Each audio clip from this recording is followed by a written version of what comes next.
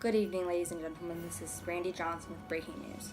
Just earlier today, a body has been found on Maple Street. At request of the family, they have asked to have their city and state remain unnamed.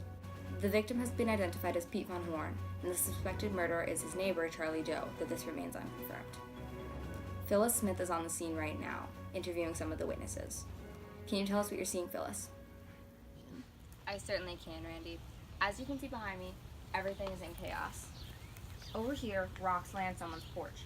Evidence of some of the violence is occurred here. Children's books lie outside, proof that nobody was left out of this fight. Thankfully, nobody else has been fatally injured, but many aren't in the mental state to cooperate. We've managed to gather a few flustered witnesses to retell the events. First up is Dom Martin. How are you doing, Dom? I'm doing better, Phyllis. Now that everything's over, more or less, I guess I should start from the beginning. A meteor flew overhead. Then the power went out and everything. Cars wouldn't start, the portable wasn't working, everything was out cold. Then the boy told us about his comic book story, and all us adults believed him. Les Goodman's car started, and everybody thought he was the monster. Everybody turned on whoever's appliances came on, and eventually everybody was so scared we didn't trust nobody. Then, as Pete was walking home from checking the other blocks for a power outage as well, Charlie up and shot him. He was scared. I don't blame him, but that doesn't change him for what he is, a murderer. Thanks, Don. We also have Les Goodman here on the scene with something to add. What do you want to say, Les? Well, Don is certainly right, but I want to say that my car wouldn't work. I tried to turn it on and it wouldn't work, just like anybody else's. I got out of the car and it started all on its own. I was surprised as anybody, but Charlie started spewing out all nonsense about how I was the one. What Don conveniently forgot to mention was that the shotgun was his, and Charlie grabbed it from him when we saw Van Horn walking towards us. Then he shot Van Horn. Simple as that. Right after that, his lights came on, and everyone turned on him. He even went as low as to accuse the kid. Thanks, Les. Over here we have Steve Brand. Mr. Brand, would you mind telling us about the events that took place this morning? Of course, Phyllis. It was 6:43 on my street. Maple Street, that is. And out of nowhere, what we believed to be a meteor flew overhead. People all over the street were pointing at the sky, asking what it was. Then the power went out. No one knew why it did, so Pete Van Horn went over to the next street, Floyle Street, to see if the same thing was happening. I wanted to drive downtown to talk to the police, but when I tried to start my car, it didn't work, even though I had just filled the gas tank up. The same thing was happening to everyone, and we were all a bit frightened, as anyone would be in this situation. So when the boy started talking about aliens, we all believed him. Then, of course, Pete came back, and Charlie shot him. After that, it was complete chaos. Neighbor turned on neighbor, friend turned on friend, and nobody was safe from suspicion. We're just lucky nobody else got hurt. Thanks, Steve. The last people we have here today are Tommy and his mother. Tommy has told us he was trying to find an explanation for everything going on, but he got a reaction he wasn't hoping for. Everyone was really confused. I thought there had to be an explanation. Then I remembered Planet Zork, comic number 53. So I told everyone what it was about to try to help. It was about aliens who sent a family down to Earth, and they looked exactly like humans. Once I told everyone that, they started freaking out and pointing fingers at each other.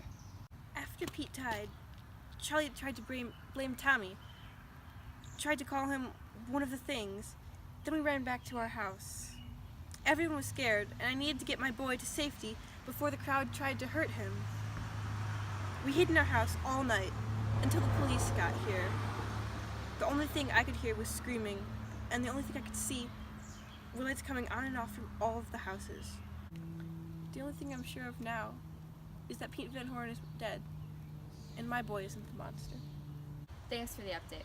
Moving over here was the prime suspect, Charlie Doe. He has been reported by numerous people that have been seen shooting Van Horn, but is currently denying all claims. Mr. Doe, what do you have to say for yourself? I didn't do it. All these claims are ridiculous. I was friends with Pete. Why would I kill him? You've been reported by several eyewitnesses to be seen committing the crime. What do you have to say to this? Liars. All of them. I have no further comment. That's all we have for today, folks. This has been Phyllis. Oh, okay. It appears we have one witness we didn't account for being here today. Pete Van Horn's ghost has come back to tell us exactly what happened. My condolences, Mr. Horn, but would you be willing to tell us a little bit about what happened? It would be an honor. Well, as you know, a meteor flew over our street. Then the power went out. Nothing was working, not even the portable radio. Cars weren't working either. So I volunteered to walk to the next street over to see if they had power. I was coming back to tell the others that only our street was out and the police were coming first thing in the morning when I saw everyone standing outside Goodman's house. I was walking up to them when I heard a shot and died. I couldn't see who shot me, but I wouldn't put it past Charlie to do something like that when he's scared. Well, you heard it here first, folks. Peteman Horn thinks Mr. Doe may have been his killer. Reports from the police indicate that there was no meteor, but everyone here has reported seeing one. Investigation is ongoing, so that's all we are at liberty to say. This has been Phyllis Smith reporting on Maple Street Massacre. Back to you, Randy. Thanks, Phyllis. Police have revealed that they have found an ancient text that we have not been able to yet decipher. We weren't able to get any of the pages as the investigation is ongoing. Those are all the updates we have at the moment, but we'll keep you posted. Randy Johnson, signing out.